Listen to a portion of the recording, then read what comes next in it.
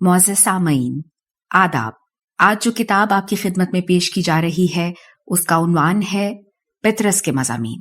یہ کتاب فروری سن 2003 میں فضلی سنز پرائیویٹ لمیٹڈ کی جانب سے شائع کی گئی اور یہ کتاب national audio library for the blind کی جانب سے پیش کی جا رہی ہے۔ میں ہوں صداکار حمیرہ تحسین۔ پیش خدمت ہے مضمون نمبر 13 از جناب پطرس بخاری، بچے۔ یہ تو آپ جانتے ہیں کہ بچوں کی کئی قسمیں ہیں، مثلا بلی کے بچے، فاختہ کے بچے وغیرہ، مگر میری مراد صرف انسان کے بچوں سے ہے جن کی بظاہر تو کئی قسمیں ہیں۔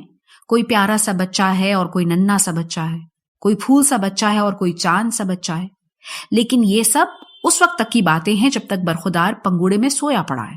جہاں بیدار ہونے پر بچوں کے پانچوں حواس کام کرنے لگے، بچے نے ان سب خطابات سے بے نیاز ہو کر ایک الارم کلاک کی شکل اختیار کر لی۔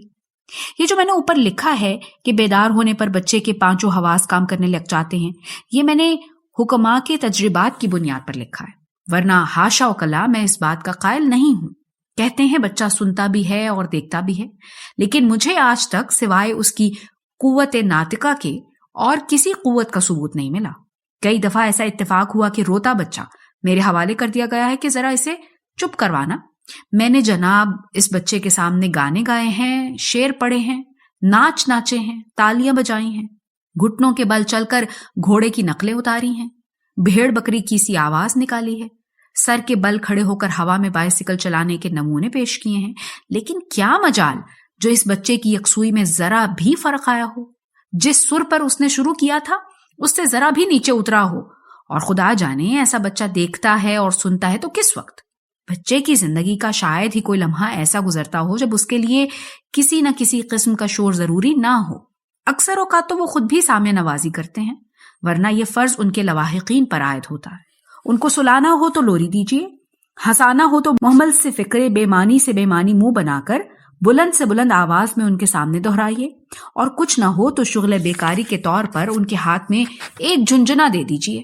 یہ جھنجھنا بھی کمبخت کسی بیکار کی ایسی ایجاد ہے کہ کیا عرض کروں، یعنی ذرا سا آپ ہلا دیجیے لڑکا چلا جاتا ہے، اور جب تک دم میں دم ہے اس میں سے ایسی بے سری کرخت آواز متواتر نکلتی رہتی ہے کہ دنیا میں شاید اس کی مثال محال ہے۔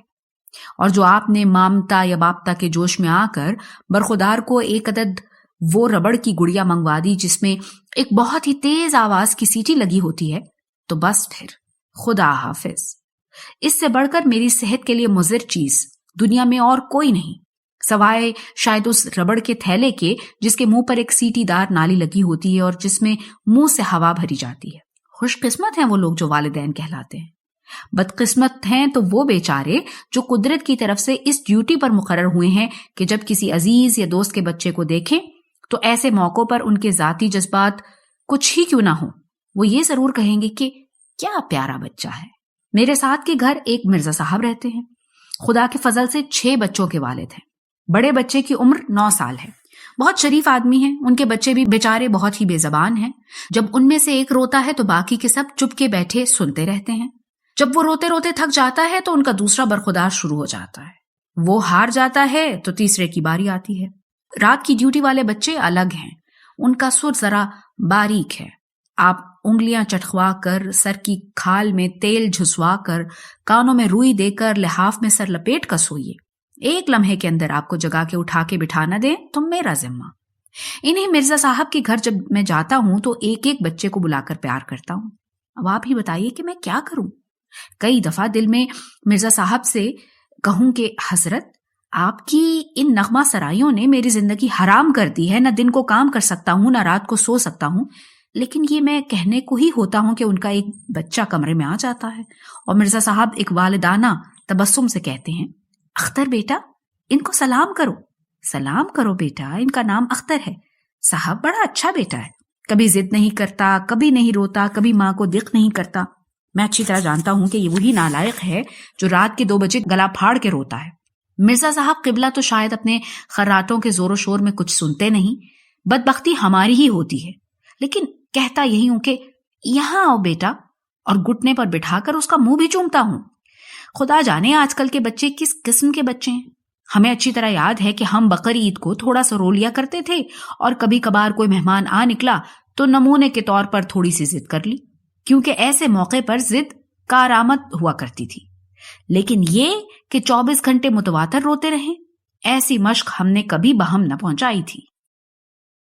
معزز سامعین، جو ریکارڈنگ آپ نے ابھی سماعت فرمائی، اسے national audio library for the blind کی جانب سے پیش کیا گیا ہے۔